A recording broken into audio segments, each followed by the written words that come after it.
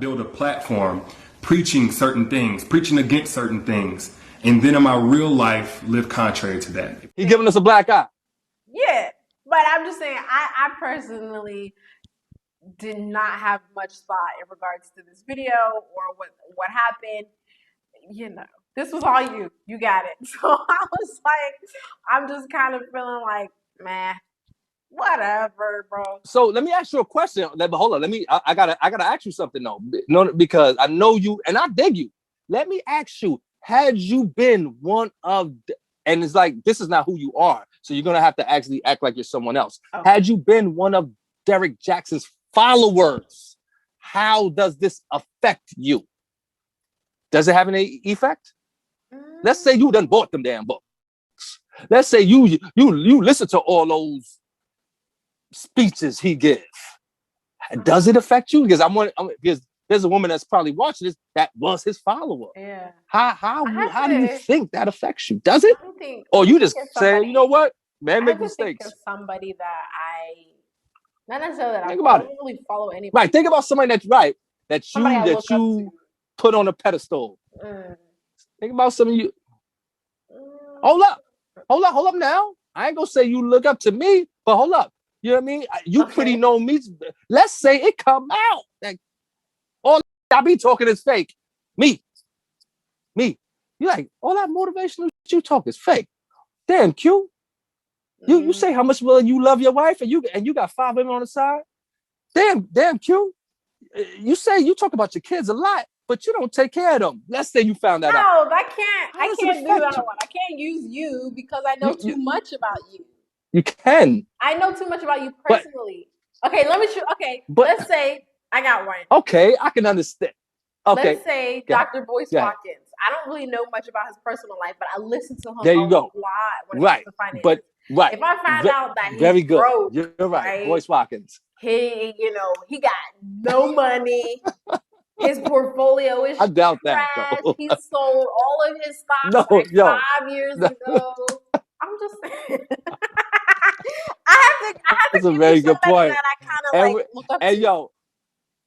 And Dr. Boyce, you watching, I want you to share this because we know, in my professional opinion, I know that's not true. We both are followers of you because you have taught both of us about the stock game. You know what I mean? But how would you feel? How would you feel, Portia, if you found that to be true? I guess that would be kind of devastating. No. I would be disappointed. Hard times, though. Let's say he went through some hard times, though. It depends on how he went through some hard times. Going through hard times is fine. But given Dr. Boyce has one of those classes that teaches you how to thrive financially in a storm. Right. You know, and he's a money guy. He's a money guy. He does. So I took his courses. I paid for those courses. I watched his podcast. Right. I attend his live streams. I do all that. And I find out that this dude is broke and didn't have any money. Like, You want your money back? Would you want your money back? No, because the knowledge is still there. I still gained the knowledge from it, and I'm making money off of the information that he gave me. So no, I don't necessarily need my money back. Okay. But I think I would stop following him. Like, what? This is a lie. And follow-up question as it pertains to Derrick Jaxn, but we can use Dr. Boyce as the figurehead, the template. Okay. Let's say he proves, if you can even prove that I regained my economic prowess. My stock portfolio is building. Still got my money in the bank. I then bought some businesses. Do you go back? He would have. Do you go back to being one of his followers after knowing? How do you? I think he would have to prove it. How does Derrick Jaxn prove this? How does Derrick Jaxn? He can't. He's trying to, though. How does Derrick Jaxn prove to his 2 point? He can't.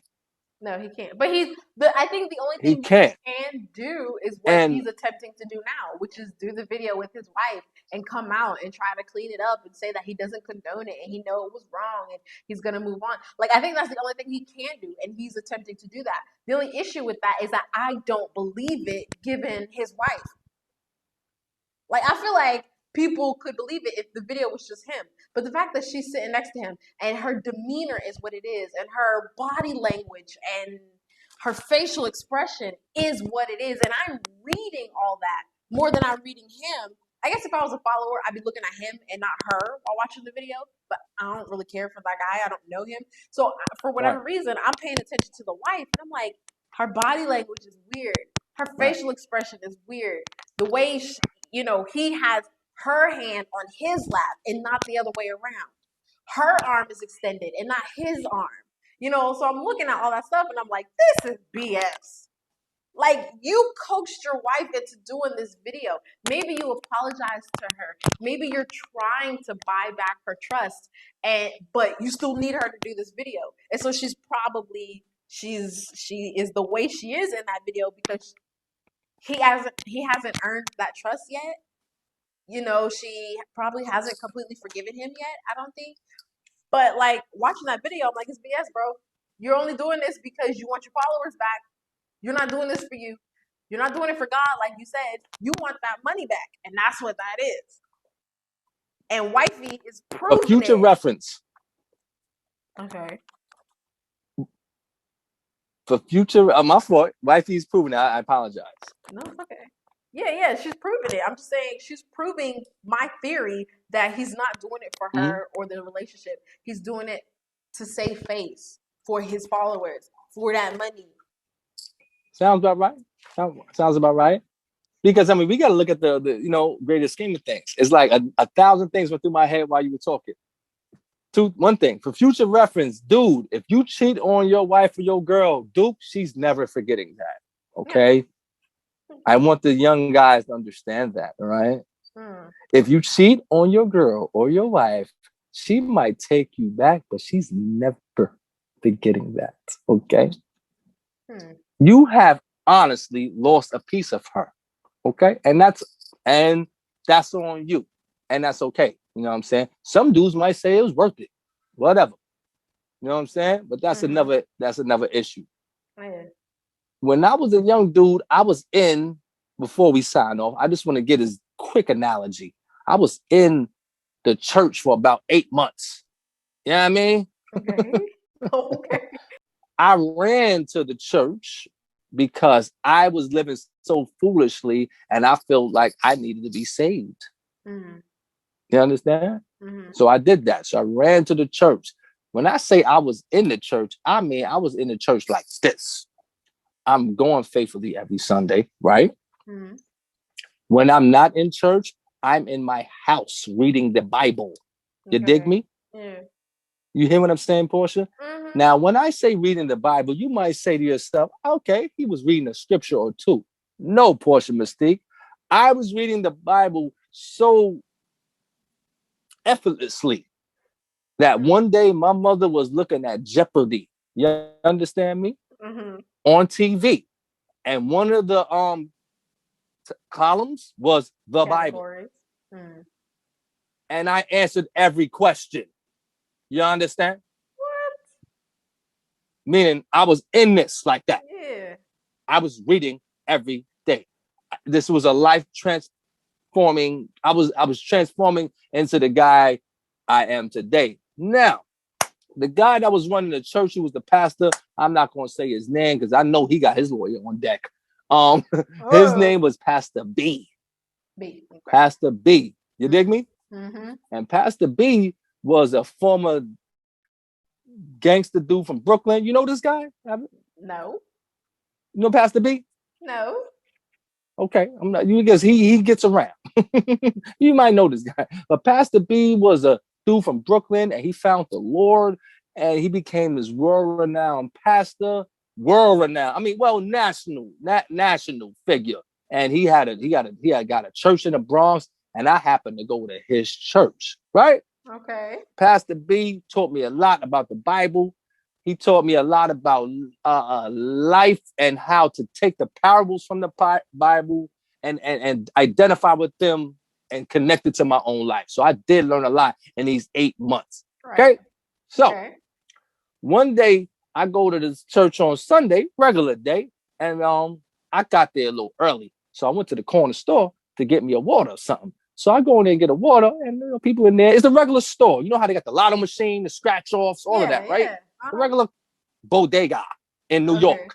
One of those. So I go back in, I go in the church, and I'm listening to his spiel this day. So he begins his spiel by saying this, Miss Portia, Miss Dave, that, yeah, I know a lot of y'all out there ain't living right.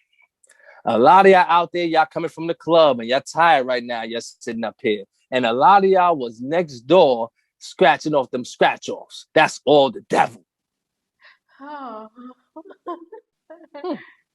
So it dawned. So now I'm a church goer. I am saved and sanctified. This man can do no wrong at this point in time of my life. You know what I mean? I was a follower. You understand what I'm saying, Portia? Yes, yes. But when he said that, a bell went off in my head. I said, hold up, man. I said, if I go across the street right now, scratch that joint off, and I hit for $1,000, you, my friend, are going to take that $1,000 as my tithes. You're not going to say that's the devil's money. Yeah, you will. So from that day on, I didn't go to church no more because I said, hold up. What the hell is going on? Yeah. Long story short, a few years later, I met my wife a few years later. Now, I didn't know that. My wife actually was going to that church. We didn't know each other at that time. Whoa. And so was her family members. Didn't know that at all. No coincidence, right? Yeah. Yeah. It came to pass that they set him up on camera and he was fornicating with many women in the church. So the connection I'm trying to make with this situation is, once I made that connection in my head that he said, that's another thing that men don't do. Men have a hard time putting life and people in context. I've probably been blessed with it because I have a very great mother. Men don't know how to put things in context, Miss Portia Mistake. They don't know. You know, when you were in school, when you were a little kid, maybe in first grade, they have 1, 2, 3, blank, 5, 6, 7. Yeah. What's in there? Yeah. You know, or you know when they got the shapes, we got these 3 shapes. What shapes go next? Yeah. Where it shows the pattern. Like they'll show you 3 shapes, and then they'll skip it and they'll go to the other 2 shapes. And it's okay. A lot of men in life fail at that test because they don't know how to put things in its proper context. Like I said, when he said that, hey, if you scratch that off and you the devil and all that, I'm like, no. If I scratch it off and get the $1,000 and give it to you, you're gonna accept it. I put it in context. So that's what I'm saying. I wasn't surprised when I found out he was fornicating because of the context that I've already put that man in. So I say that to say, what can Derrick Jaxn do to keep his followers? If you are a follower of Derrick Jaxn, first, like I said, first and foremost, I'm gonna keep this short because I know it's late in Nigeria. You got to go. If you are a follower of Derrick Jaxn, you need to first ask yourself, why am I following this mere mortal? Okay, first, why am I following? Forget the fact that he cheated. Why am I taking what this dude that you said, I don't really even know him? Yeah. You understand? You know me more than you do Derrick Jaxn. You understand? Why am I taking this dude's word as what they say, scripture, as Bible, as the truth? Yeah. Why am I doing that? What he's saying is cliche anyway. How does Derrick Jaxn even have 3 million followers? You know what I'm saying? Yeah. Like, does he have a degree? What is he doing to get that knowledge and then pass it off as something that you should listen to? And I think it's besides the degree too. I mean, you know what I mean? Like, what does that mean? Now,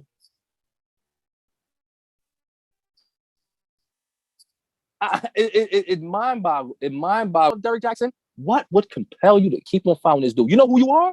You're the parishioner in the church I was going to that found out that pastor was blazing mad women because they kicked him out the church after that. Oh. You know who you are? You're the one that followed him to his other church. They kicked him out the church after that. All right. Feel me? Yeah. You're the parishioner that followed him to his next church. Oh, he just made a mistake. Them women must have threw their legs around him. He ain't mean to do that. They must have got naked while he was reading the Bible one day. No, he's a foul dude like Derrick Jaxn. Yeah. Period. And it's okay. He's human. I dig it. You know what I mean? But you need to think about, why are you going to keep on following this mere mortal? Exactly. I don't want nobody following me, Portia. You know what I'm saying? That's why I write my books in certain contexts. The contextual, when I tell people about my books and my manuscripts, my books aren't how-to books because I don't know how to. Right. So I'm going to tell you how to. My books aren't written in how-to form. My books are written in parables.